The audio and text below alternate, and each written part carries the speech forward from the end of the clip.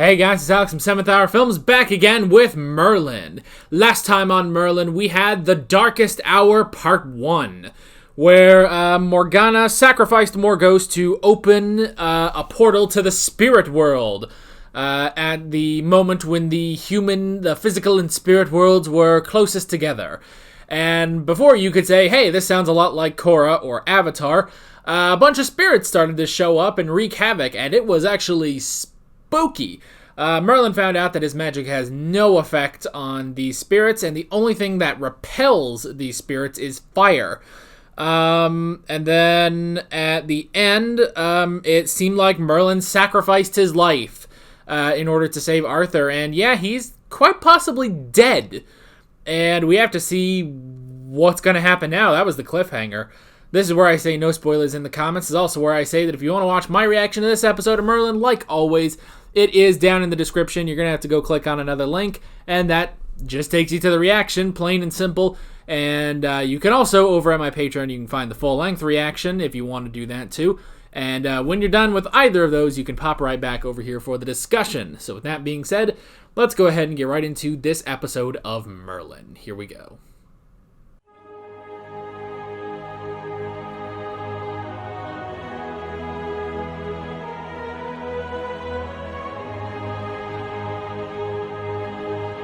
Man, Lancelot. Now I'm looking through. I'm trying to see if there was anything I kind of missed. I don't think so, honestly. I guess that. I didn't write down a ton of notes on this episode, so especially compared to last episode. But I guess last episode was, so much setup,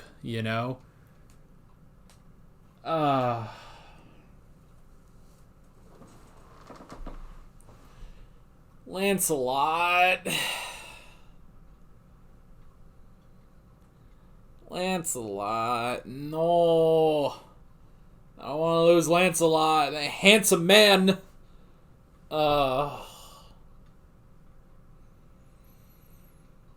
Man, character we've had since season 1. The only person other than Gaius who has ever known about Merlin's powers. So I guess they couldn't let him be a series regular. I assume, though, because I think I did notice that he's the only one listed in, the guest starring among all the knights. So I would assume that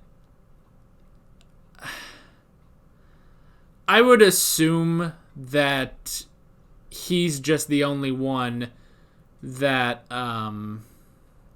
that is not a now a recurring cast member, or a regular cast member, I guess. All the others I assume are going to be regulars. Although I would imagine that, because the opening credits don't change at all for our main cast, so I would imagine that all of our other knights are going to be series regulars in the same way that Sir Leon is a series regular, where he's kind of I guess a B tier cast member, if you want to put it that way. It's like if we have our tiers of cast members, we have the A tier, the first tier, A tier, which is all of our, main cast that are shown in the title sequence.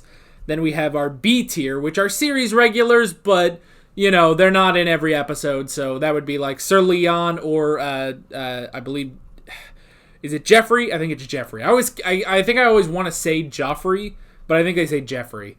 And then we have C tier, which would be just all of our guest stars. So yeah, I guess that puts Lancelot in there. Man, that's so sad. Man, remember back when we met him? When we met him in episode 5, he was a good boy. He had chest hair. It was amazing, God, that was the first episode that was uploaded with the highlights, actually. Because the original 4 episodes were uploaded normally, like normal reactions, and then I had to deal with all the copyright issues. So the first time that I uploaded an episode and it immediately had the highlight, without any of the copyright issues, I think that was that episode. So it holds another place in my heart, That's when we started doing all this, with the highlights and everything. Man. Oh, so sad. Although I have to say, at the very least, I got to enjoy Morgana's failure, That was so enjoyable, I got to bathe in her failure, Oh, that was amazing. But still. Oh. Alright. I guess we should go ahead and go over the notes. Again, I didn't write down a whole hell of a lot of notes, so we're not going to be talking for a hell of a long time, honestly. But let's just go ahead and power through these anyway. The first thing I wrote down was the Villia? Is that what it was called? I think that's what it is, the Villia. That was interesting. So they are good spirits that have been brought over from the spirit world, which is interesting. I do kind of like that there's that distinction between the dark spirits, the Daraka, that are, attacking everyone, killing everyone, and good spirits like the Villia. So that was good. And, man, Lancelot, I have to say, this episode, he had to deal with a lot of magical shit, didn't he? Just these spirits just pop out and start talking to him, And then they healed Merlin. Okay, so Merlin, he didn't die to and that was a full-on hit from a Daraka, but he didn't die. I assume that's just because of his magic. His magic basically just kept him alive long enough. It allowed him to barely live instead of just being straight up killed like, just most people. So that was interesting. Because, it's why, you kind of wonder, it's well, how is he going to survive? It's okay, well, it barely kept him alive. His powers barely kept him alive, which is interesting, Because that's the other thing, too, is that you wouldn't even think that because his powers have no effect on the Daraka. So why would they have any effect on, a Daraka's, fatal blow, basically? But, again, I like that. It's a good distinction, especially for Merlin. And obviously, obviously they can't just kill their main character. So this is a good solution for that. And then, he did get healed, which was pretty cool. I wrote down the Wildren. That was interesting. We brought them back. Yeah, it's been a little while. I don't remember what episode they were in, but I do remember when Arthur and Merlin had to, coat themselves in all that berry paste and stuff so that so that none of the Wildren would spot them. Although I have to say, man, Gwain's fucking up a lot in this episode. That was very weird. It's normally, he's the funny one, He's the funny, cool one. But this time around, he was just no, he's kind of the dumb one. He's the comic relief of the knights, in a different way than he normally is, I guess, So that was weird that it's okay, he killed the Wilderin, and then that pissed off all the others. He accidentally unleashed a horde of bees on him. He accidentally burned his socks. Gwen's really screwing up in this episode, so hopefully, I would assume I assume that's just because they needed something for him to do this episode, so that's what ended up happening. But yeah, I don't know. I just thought that was a little odd how consistently he was blowing it this episode. I wrote down the gates. We did have Agravain closing the gates to the people, which, on the one hand, it's this guy sucks, you do that, but let's all be honest with ourselves. We all know that's exactly what Uther would do. And then Arthur would come in and be hey, this isn't a good idea. Although Uther would not take advice from Gwen at all. You know, he would not allow her to address the court like that. You know? So, I mean, I guess it worked out because it was Agravain, you know? But yeah, that was kind of interesting that, because, yeah, it is exactly what Uther would have done, honestly. And generally, you know, the last time he would do something like that, Arthur would be there, but Arthur's not here in this case. So I like, you know, Gwen standing up to them and, you know, telling them, hey, this is what Arthur would do, you know? Arthur would do it like this, and them being like, she's got a point, you know? She definitely has a point. So yeah, I did like that. And also, you know, it kind of just sets up, you know, Gwen with, you know, the council, basically. Or not the council, was it the court? Yeah. Just all of them, they're all like, oh, you know what, this girl, she's alright. You know what? She has the prince's best interests at heart. You know, shit, that girl, she's something else, you know? Which is going to be good when she inevitably becomes their queen, you know? So, I did like that. Gwen stepping it up in this episode. And speaking of, Counselor Gwen, I kind of wonder if this is going to continue. I honestly don't know. With Gwen being the counselor, because, you know, at first I was like, oh, is something going to, like, happen here? Is he gonna kill her? And then he started getting a little handsy. It's like, oh, what the hell? Is he doing something a little dirty? It's like, come on, dude.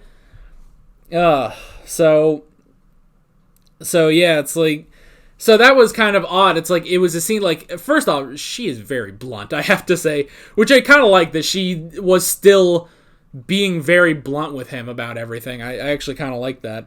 And yeah, so that was interesting, but yeah, the scene didn't really, like, go anywhere. Like, it just kind of happened. Like, it makes you think, like, okay, was he thinking about killing her? Or, I don't think, you know, like, I don't think he was going to try to rape her or anything, but it's like, you know, was he about to, like, you know, kill her, strangle her or something? It's like, I don't know, what's happening here? And then the scene ends, and it's like, what was that for? I don't know, that was kind of odd.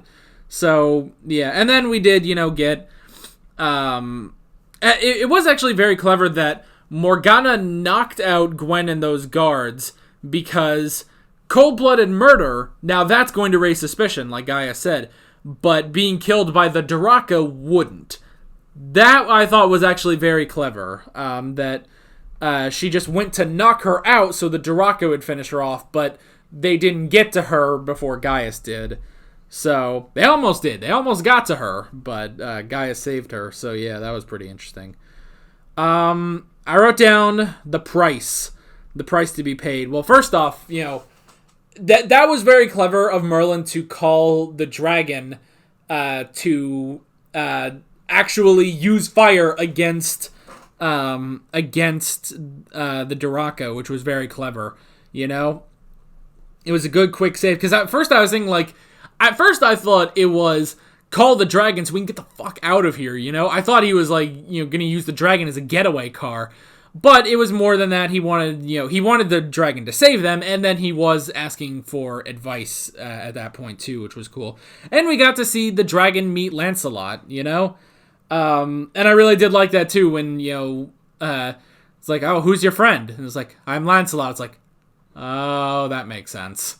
You know, it's really funny to think, like, when he's like, oh, yeah, I get that. That makes a lot of sense that you're Lancelot. I want him to meet Gawain. I think that'd be funny. It's like, oh, I am Gawain. And it's like, oh, fucking course you are. Great. This guy. Merlin, of all the friends you invited, you had to bring this guy? Thanks. I don't know. Maybe we'll get that someday. I think that'd be really funny. But yeah. So they did talk about the price. The more they were talking about the price that needed to be paid, that's when I really started to think, like, okay, they're fucking killing Lancelot. They're gonna kill Lancelot. It just came into my head. I was like, yep, they're gonna kill him. Just straight up gonna kill him. There's no real getting out of this one, because it makes sense that, you know, because obviously we can't have Merlin or Arthur die. And it's like, okay, well, Lancelot, you know, he's not exactly a main character, and, you know, he did have that vow that he would protect Arthur at all costs, you know, so it made sense, unfortunately, for Lancelot to die, which is my next point. First off, okay, God, the Calyx is a bitch. I hate her. I wanted her to die, honestly. It's like, that would have been the craziest thing if, like, Lancelot starts, you know, he's over there and he looks back and the Calyx is like, yes, we will accept you, Lancelot. And he just, like, takes his sword and stabs her. And it's just like, you're the blood offering. Throws her in. That would have been amazing. Because when it's like, yeah, innocent people are dying. And she starts laughing. It's like, well, fuck you. You're going to be our blood sacrifice, you bitch. But we didn't get that. I want the freaking Calyx to die. That would have been so badass if Lancelot killed her and threw her in, you know? Gawain tried. To Gawain's credit, he tried, but he couldn't stand up to the magic. So, oh well. But yeah, we lost Lancelot. We didn't even get like just a straight up, you know, goodbye, my friend, or anything. He looks back, like, and then he just walks in, just arms out. You know, it's just like one step away from like, fuck you, spirit world, we're closing. So, yeah, we lost Lancelot. God, that is sad. It's so sad, and seeing Gwen sad, and seeing the pirates, it's so sad. So sad. You know, it does make me wonder, though. It's like, well, I guess it works for Lancelot to just walk in, and that, you know, is the blood sacrifice. There you go. And it's like, yeah, but Morgause got stabbed. It's like, do you think there was a way it's like, oh, well, offer yourself and, you know, it will open and then you go in and then it's just open. It's like, no, she had to get stabbed. Lancelot didn't get stabbed, you know? Like, man, sucks to be Morgause, apparently. But yeah, we lost Lancelot. Damn it. And the spirit world is closed. So it makes me wonder, like, are we going to have anything else with the spirits this season? I kind of want that to be some sort of overarching thing. Even if the spirit portal is closed, I want there to be something, you know? So, I don't know. I kind of hope that this is like a continuing thing, but probably not. So, we'll have to see. And the last thing I wrote down is Emrys. The talk about Emrys. And that was interesting. So now Agravain knows, you know, they're on the search for the one called Emrys. And that immediately tells Merlin and Gaius that Agravain works for Morgana. So, yeah, that's pretty interesting. I like that they immediately know now. They know about Agravain. The only issue I can see is convincing Arthur that Agravain is evil. Like, first off, they never were able to convince Uther and Arthur about Morgana until she just came out, you know, and was like, hey, I'm evil, you know? So I feel like it would have to be the same way with Agravain, if only just because he is his uncle, you know? His uncle who, you know, has been helping out the past, you know, few months and stuff. So, yeah, I can see this going south in a number of ways, and I bumped the table, which almost knocked everything over. So, but yeah. So at least we know, I'm glad that, you know, pretty much immediately they know that, okay, it's Agravain. Agravain's working for Morgana. So I do actually like that. But yeah, that's pretty much all I wrote down for this episode.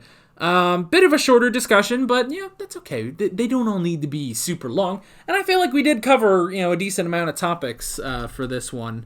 So, yeah, I'm very curious to see where we are going next. It'd be interesting to see, like, how the death of Lancelot will affect, our crew going forward. So, yeah, that's pretty much it. With all that being said, I'm Alex from 7th Hour Films, and I will see you guys next time. Take care. Alright guys, thanks for watching this video. If you want to watch more of my Merlin reactions, you can click on the playlist, you can subscribe if you haven't done that already, and be sure you hit that notification bell. You can support me on Patreon and follow me on social media, links below in the description. See you guys later.